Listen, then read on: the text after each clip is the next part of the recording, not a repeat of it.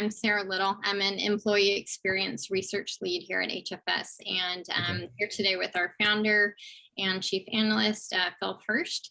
And we're really happy to introduce Ken Barry, who's a partner at the Infosys global consulting practice, focused in retail and consumer products industries. Ken's worked at Infosys for over 14 years, is a co-executive sponsor of the I Believe Black Employee Resource Group. And we're excited to have a conversation here today. So Ken, just to get started, we'd love to introduce you and have you introduce yourself to the network. You've been at this convergence of business transformation and tech throughout your career. So we'd love to hear your story, how you got here, what your influences are. Have you always been, in the tech arena, et cetera? So.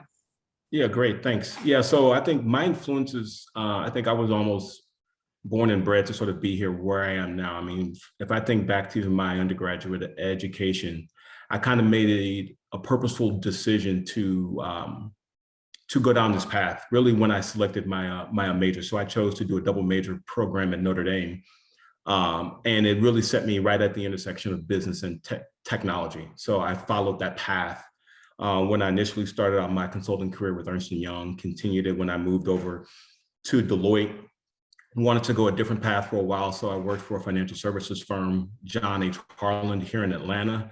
And then that's where I decided to really branch out and want to take more of a role in diversity leadership. So during my time at John H. Harland, I worked to establish the Black Employee Resource Group there. I also was kind of one of the key individuals that helped to really get the Diversity Council established within John H. Harland. From there, joined Infosys, and as you said, 2007, so I've been here a while, and have just grown at the intersection of really moving in more strategy and operations with technology enablement, and have just grown down that path. Now I run a North America retail consumer products consulting group, and also again serve as the I Believe co-executive sponsor. I also lead our I Believe chapter within our Infosys Global Consulting Group. Okay, awesome. Well, so nice to have you here today. So in your positions, you're both in constant communications, with CXO, senior leadership, whether that's, in your organization, in the industry, or with enterprise clients. So, what are some of the biggest challenges for leaders in creating and sustaining, inclusive organizations? And what do you feel like's really moving the needle? Great question. So I think there's an understanding that I think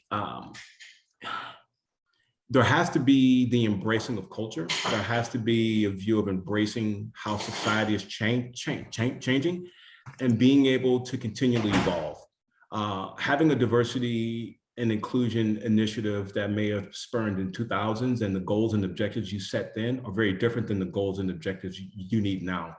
So there's that constant of evolution, and having leaders that can fully embrace that it's not a statistics exercise. It's not looking at percentages of employees. It's really looking at how did you drive a culture shift that allows for the really balanced, diverse workforce to really make contributions at all levels of the organization. You Phil, any comments there? Yeah, so my first comment is why now versus 5-10 years ago, Ken?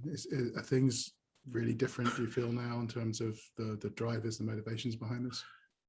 Wow, so great question. So I think for me now, I have an interesting walk within Infosys, in that Infosys has gone through its own diversity, equity, and inclusion journey. And when I initially joined Infosys, there was potentially going to be some opportunities for me to take part of kind of a global diversity initiative. It didn't necessarily flow the way that that was expected at the outset. So I, in a sense, really just kind of retrenched and really just focused on my career and growing my consulting capability. There was a resurgence within the last couple of years based on an acknowledgement, and it forced me to take a step back to say, what am I doing to make contributions to make Infosys a better place to work, right? I can remember times where we did go to the historically Black colleges and universities and recruit, but we weren't able to retain this top talent. And I make mention of this all the time, that if I look at that talent that came and left Infosys, they're doing great things now. So what did we do? What are we doing wrong that doesn't allow for them to thrive and flourish within Infosys? So in turn, I made it a point coming through over the course of the last 18, 24 months to really just have a full-on resurgence in this space. Really, it's almost like all the passion I had when I did this in the industry just kind of got put aside for a bit, but now it's coming back in full force. And I want to really utilize that as a way to, again, as I aspire to make Infosys Consulting, and in my role in the consulting, one of the greatest consulting companies in the world, a place where every employee can be valued, right? They are able to contribute 100% of 100%, right? Many times we don't have employees that feel they can truly give 100%. They keep a portion of themselves back because they don't feel they're being truly embraced. And what I'm trying to do is create a playing field where everybody can be 100%. So within that, where do you feel like, what does accountability look like? So for example, like within this experience, finding those gaps where people may not feel, included or valued or, welcome or represented, Yep. What should accountability look like for when these gaps are identified, and just ensuring they are identified? Yeah, my view is accountability starts with personal stake. It's walking the talk.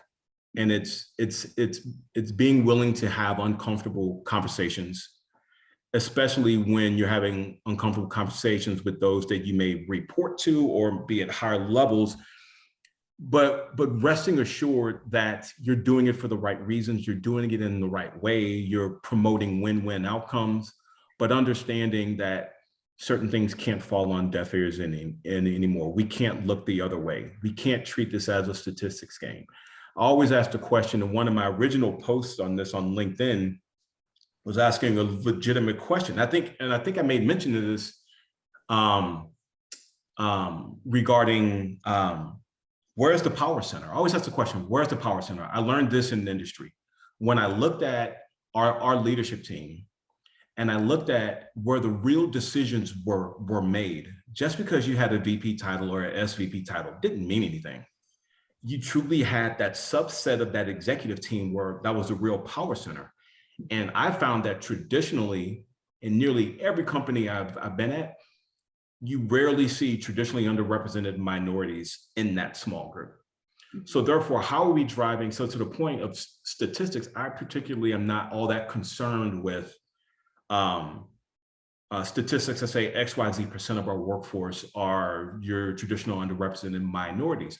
I want to be concerned with the balance of talent being represented that influences all levels of the organization, that actually makes a material impact to the products, services that we offer, the communities that we exist in, to really be the best corporate citizens that we can be. And Phil, do you have any comments there too? I know, Ken, you're at Infosys, 200,000 plus strong organization. So what are your thoughts when it comes to accountability? We're in an SMB organization. Yeah, I think there's levels of accountability in terms of how do you actively include an inclusive mindset into your managers. So we've just completed a whole bunch of hiring for junior level staff, so bringing some young talent in for next year. And I'm trying to figure out how to make this as inclusive as possible. And then the problem I have is the managers doing the hiring, they just want the best. They don't care whether they're male, female, black, white, brown, whatever. And it's sort of like, where's that line between looking for the best and trying to have a diverse mindset? And I think it's something everyone's struggling with, Ken. So. Yeah, and that's fair, and that's a fair perspective. Again, I'll just give you an example, right? I mean, I was a part of our recruiting efforts at National Black MBA Conference here, right? It was in Chicago.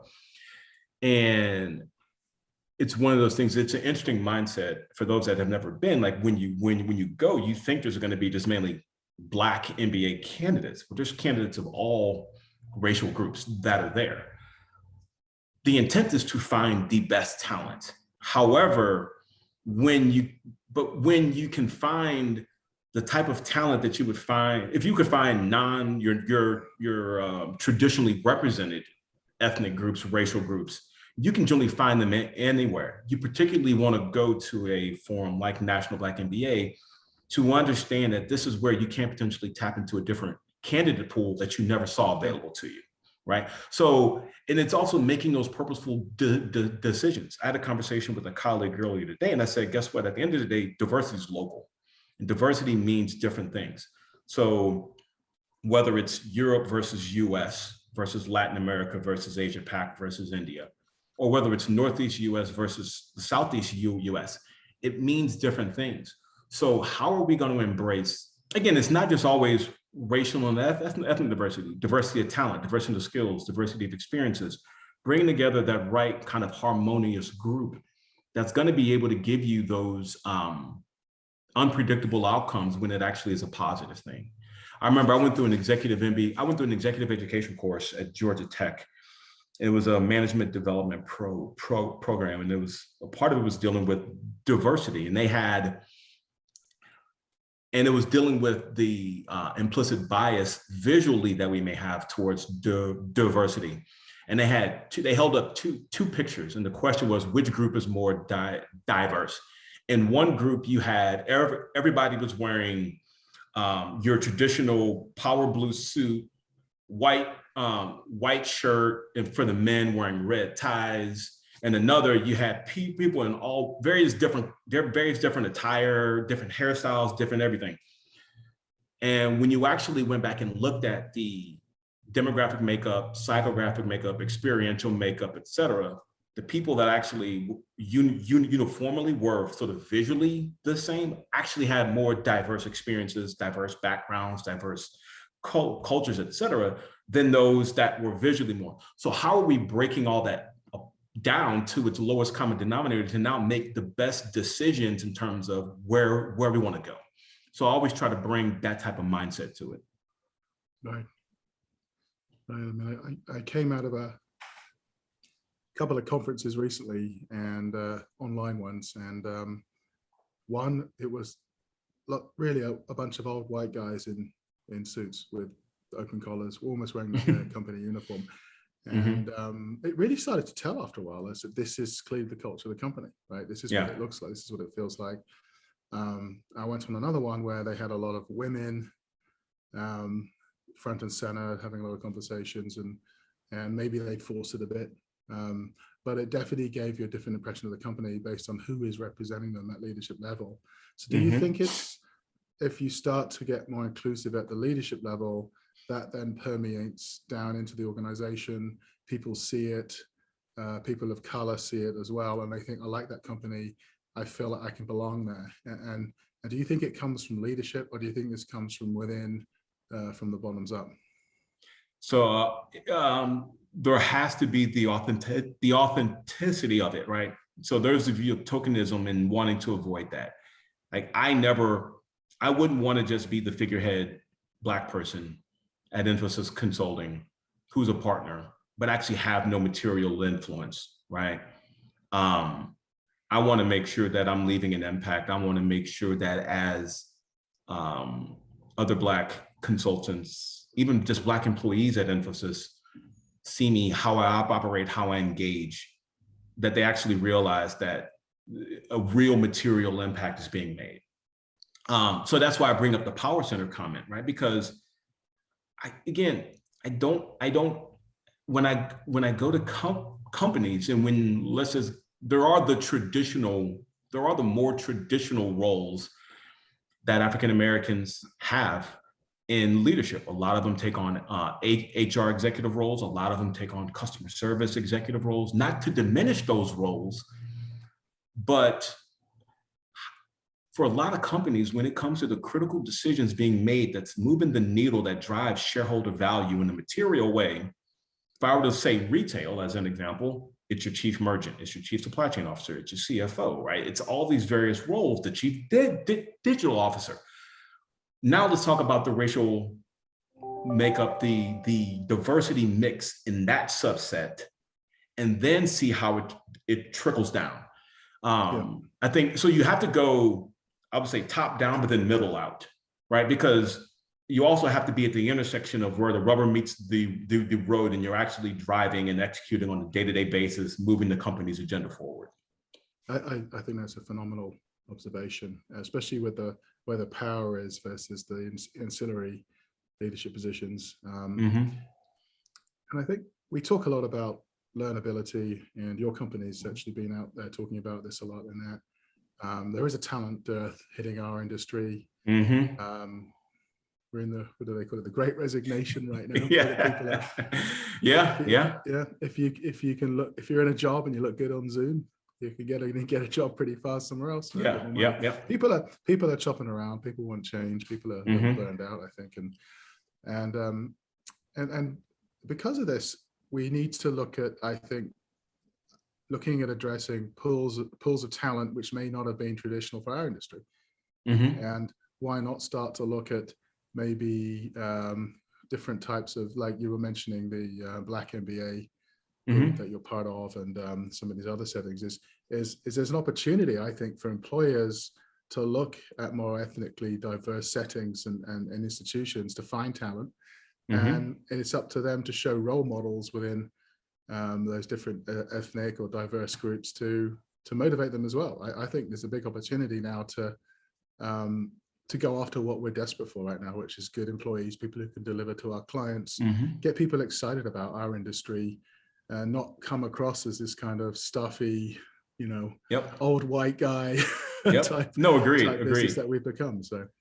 agreed. I mean, I still take lessons from, so when I was at John Harlan and we were starting that diversity council, and we brought in an external consultant that helped us kind of get it stood up. One of the conversations we had was, if you looked at the demographics and you looked at the rate of high school students going to college and then high performing college students now graduating, at that point in time, so this was mid 2000s, they were projecting that you would see a higher percentage of Hispanic, Latino Americans being more of the talent pool coming out in the mid 2010s, just based on just like demographic shifts, et cetera. So we began to ask ourselves a question: what are we doing right now to attract that future talent pool? We have to change that culture now, right? You have to change the culture now to put yourself in a position where you are able to sit down and interview an aspiring 22-year-old Hispanic female, and she looks at your company and says, this is a place I want to go. This is a place I want to start my career. And I keep that in mind all the time. Where is the future talent pool? How are we growing and grooming the next generation of talent? Equally important, what am I doing inside my company right now to drive the culture to a way that's more inclusive, that's more welcoming, that's going to offer them that opportunity to grow their career the same way that I did when I joined Ernst & Young back in 1998, I guess. Yeah, dating myself a bit, but back in 1998 when I joined. To me, that's of the utmost importance. Do you feel like, from the perspective of, accessing talent as well as, externally as well as within your organization, do you feel like there are elements of the pandemic, and this kind of like forced digitization, across the board? Do you think there are elements of that have helped? So like, have you seen, like in your experience, any areas where you think that's helped, with efforts on inclusivity in the workplace? I'll tell you this, I think it bridges, it democratizes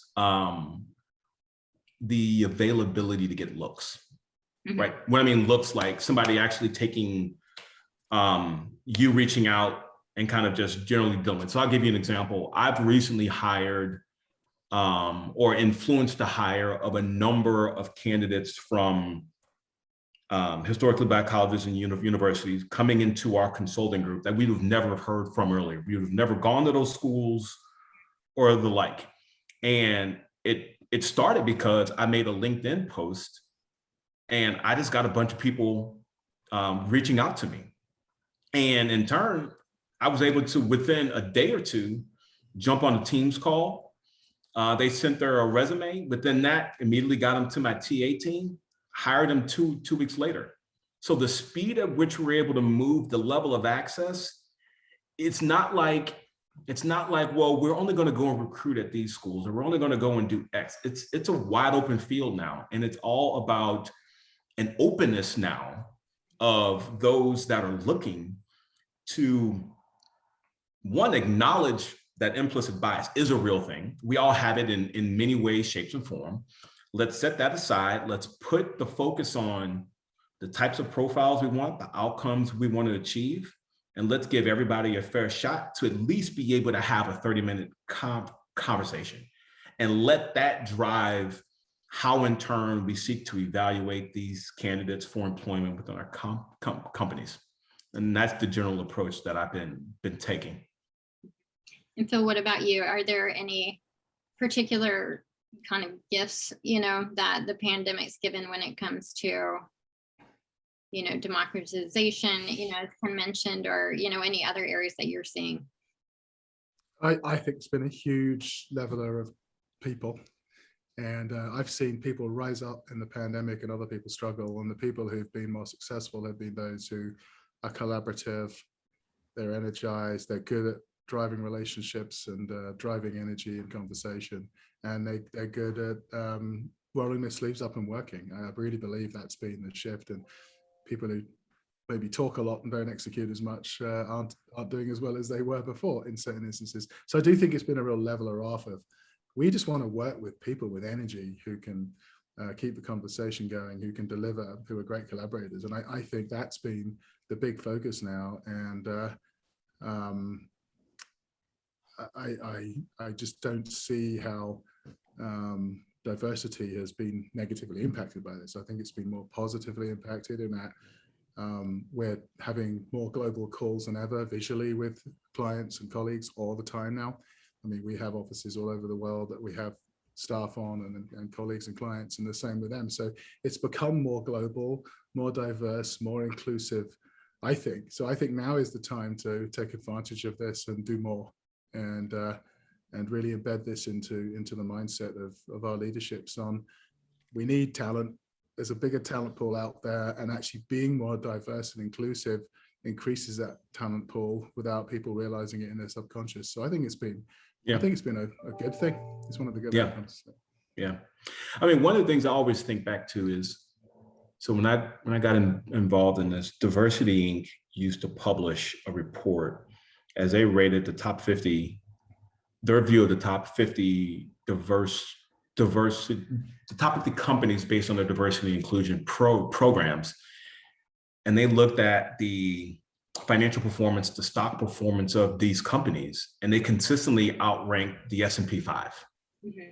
So it pays, right? It has positive benefits. Mm-hmm. And understanding that at the end of the day, if people don't care about anything, shareholder value, you want to create shareholder value, you want to put more money in your own pocket, you want to be the most outstanding, outperforming companies in the world, it pays to do that. And again, I think for one of the things we initially talked about, which is an area that I'm intrigued with, excited for the potential, but also a bit scared, is the more as tech advances, the more as you get AI driven technology products and solutions, if you don't have the right balance of diversity in your company, you could be codifying bias, you could be codifying tendencies that could lead towards racism in ways that we never envisioned. I mean, with all that I'm hearing about Facebook and the things right now going on about just how news feeds began to go down that path, I'm thinking, like, who knows if you're, the easy example to recognize is the facial recognition software that's out there, and how it doesn't necessarily delineate between darker skin tones in a way that actually supports false positives in a way that isn't going to have a material impact on somebody. Mm-hmm. And if we now just begin to think that pretty soon our smartphones are going to have ANI and ML built in doing all these XYZ things, there's a level of danger that can be an unintentional outcome if we don't focus on having the right balance and truly having a diverse workforce that is responsible for these technology products and services. And that's where I see the next evolution of this going, is focusing on, yes, are we getting representation, but then how are we ensuring that the outcomes of what we're producing are leading to those outcomes? I mean, you take a look at like with some of the boutique clothing brands and how some of their clothing that they've produced has been racially offensive. Like how are these things possible in this day and age if we actually truly believe that diversity, inclusion, and equity are core tenets that should influence and operate or guide how we operate every single day?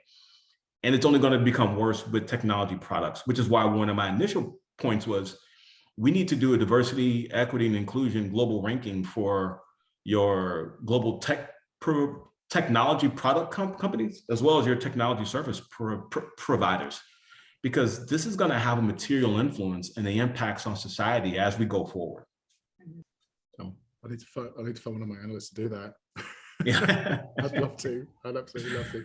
We're doing. Yeah, it's funny because I mean, so it's funny in preparation for this, I went and just looked at Forbes, Fortune, Diversity Inc., et cetera, et cetera. You may find one or two, maybe 3 or 4 tops tech-related firms that are represented in top 25, top 50, top 100. But yet the rate of influence that we have is so massive. The scale is so massive.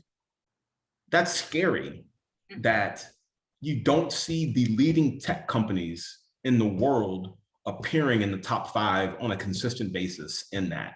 But yet the range of influence that they have is only going to grow. And it just becomes, are we soon to be powerless based on kind of the outcomes of our own making? Yeah. That's an incredible point. You know, I know we're a few minutes over. Are you okay if I throw in another question? Okay. Sure. Yeah, so, of course. And I have to give credit where credit's due. I was on an analyst day with another provider, and this actually was a question they had asked in their inclusion session, which was, you know, kind of simple. If you're having the same conversation in a few years, you know, what do you want to see? Like, what would that state be that you want to see within these next couple of years? I mean, I'll localize it to me and my current existence at Infosys. When I got the promotion to partner, the first time I met with the, I believe, ERG, the first statement I made was, who's next? Because it doesn't end with me, right? I'm only the 3rd Black partner in the history of Infosys Consulting. We've recently hired our 4th. We've recently hired our first highest ranked Black female at the associate partner level within Infosys Consulting. What I want is this to not be a conversation, right? I want it just to be the way we operate. I look back and some of my mentors from my days at Deloitte, African-American partners, whether it's, or even looking at the CTO at that point in time, Larry Quinlan, or all these people that I was influenced by, where it was notable, but it wasn't a thing. It's still a thing here now. I want it to not be a thing because it's such a part of our culture. It's such a part of our DNA that, again, we acknowledge it. We don't sort of genericize it and make it all vanilla, but it's just the way we operate in the future. Phil, what about you? I think Ken hit the nail on the head. It's something that it'd be good if we don't have to talk about this all the time, and it's something that actually happens. It's like sustainability. It's driving me crazy. Everyone's talking about sustainability, and I'm like, just tell me what the hell's going to happen if I don't do anything. And you know, I think it's and in a weird way, the Indian service heritage companies, they've done their own bit in that. I remember 10, 15 years ago when people were outsourcing a lot for the first time, there was elements of racism about working with Indians back then. And that isn't even discussed now. People just accept the fact that Indian folks are as good, if not better, than other folks at technology and have a good reputation. So in a weird way, you know, no one ever complains there were too many Indian folks on the panel or not enough, because it's not talked about. it's just accepted. And I think we need to get there with color in particular and other ethnic diverse backgrounds as well. I think it's getting to that point where this isn't an issue. It's something that we do. And I do like your point about maybe it's time to call out firms a bit more in terms of looking at their policies and makeups and efforts to drive inclusive policies, because there's a lot of lip service right now. Yeah, no, definitely. Yeah, and which is why I always say, again, diversity is local. So again, Indian companies have their own thing they have to deal with, and it may be skewed more towards gender.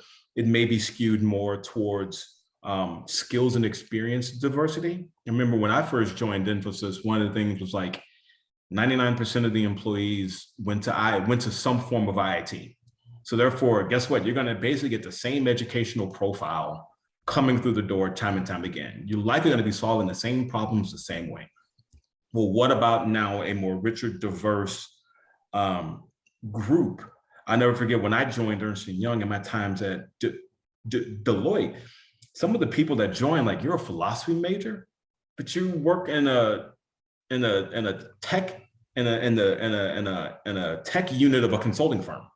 You know, it was just a very different makeup, and it actually brought together a very creative ways of doing problem solving, right? And as we localize it, it allows for us to just really get the best out of each local geographic unit, so that they are representative of what's necessary to be diverse in their own context. Because again, what diversity means in India versus Europe versus APAC versus the US versus Latin America, and then even regionally within the US, is just different.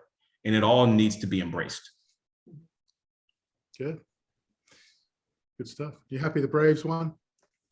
Yes, I actually live about 2 miles away from the Battery. I was gonna go over and party when the World Series was won, but it was about midnight. And I'm like, you know what, I gotta get up in a few hours. So that's the problem with it. That's the problem with those playoffs. I'm a Red Sox fan, and okay, I didn't get much sleep that week. Exactly. Then you got to get up early. I'm getting up at 6 a.m. when the alarm goes off. It's like, yeah, you know what, I'll stay home. So yeah. Well, thank you so much. Great. Thank you. I appreciate it. Have a good fireside chat too. I know that's coming up. Thank you. Yes, that'll be fun. Thank you. Bye. Cheers.